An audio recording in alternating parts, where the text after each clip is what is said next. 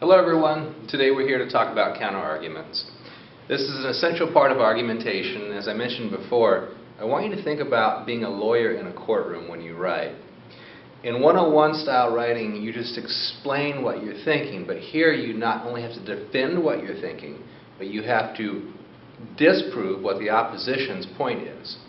Now the opposition might have several points that you need to disprove. So the idea here is simple. Every argument that you have will have a counter-argument involved.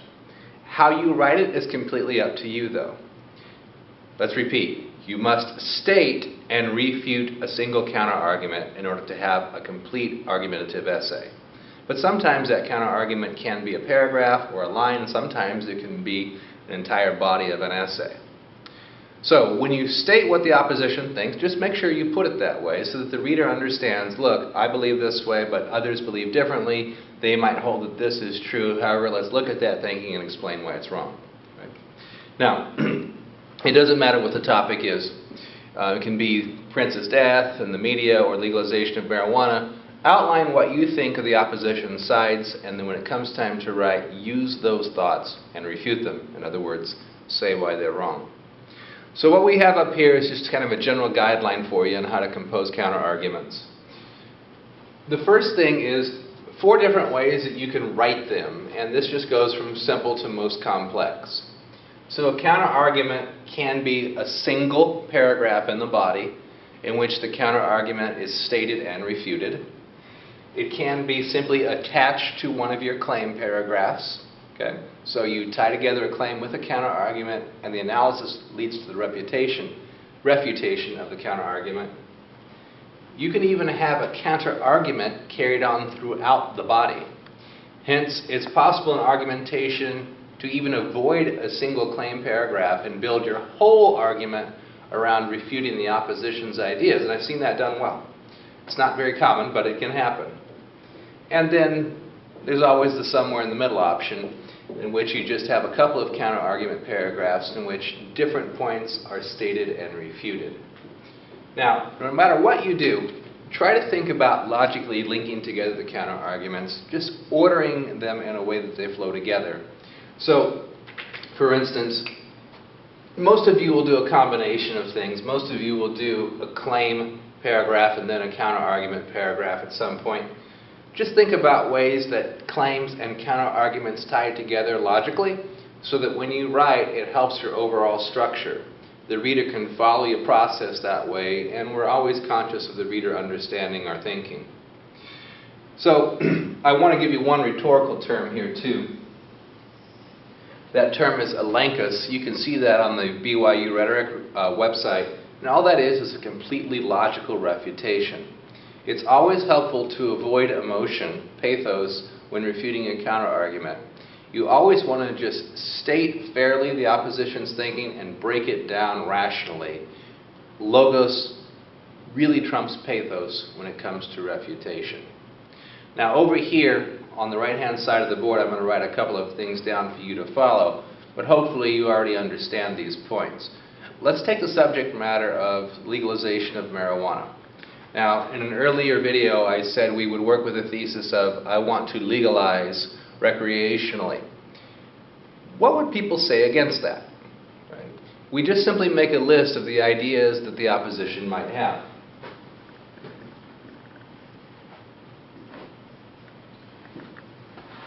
People might say, for instance, that legalizing marijuana recreationally makes it a gateway drug to harder drugs.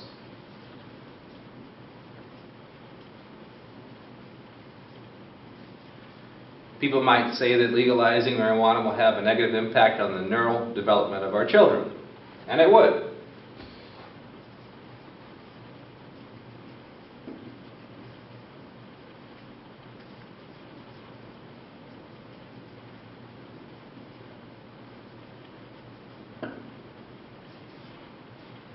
People might argue that it's too difficult to control marijuana. In other words, you really can't stop the sale of it illegally.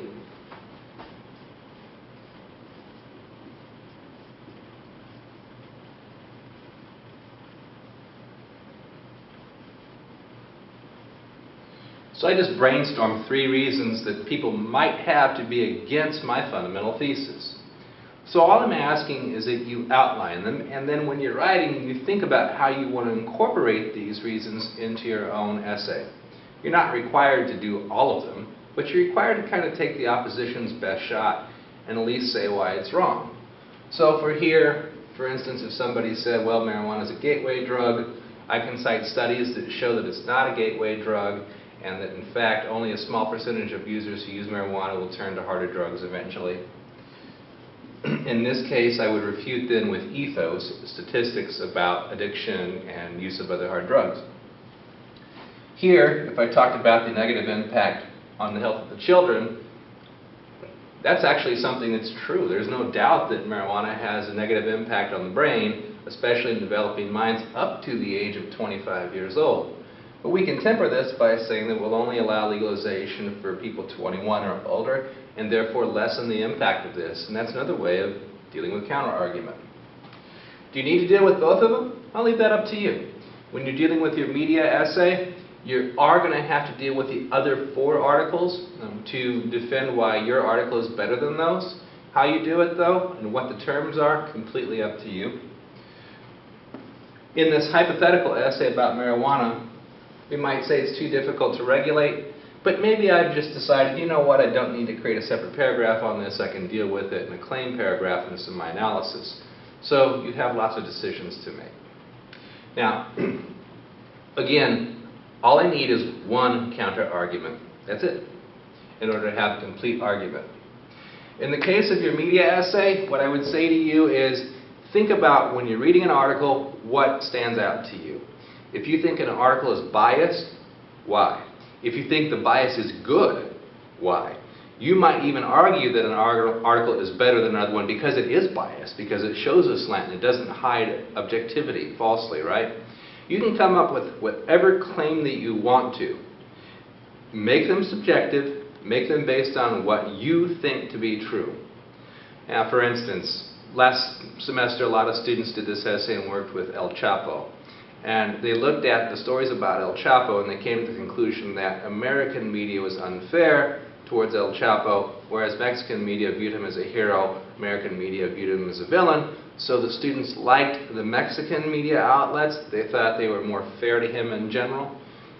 That's a subjective thing. It's not right or wrong, it's just what you see when you're reading the article. All right, and final note on the media essay here. Remember, I want you to keep it to within the last 12 months. Whatever topic you choose, make it recent. If you have any questions, you can run them by me. I'll let you know for sure. Make it yours, something about which you're passionate. It always makes for a stronger essay. Okay, so that concludes our discussion of counter-arguments. Again, if you have any questions, just email me or give me a call in my office, and I look forward to hearing from you. Ciao for now.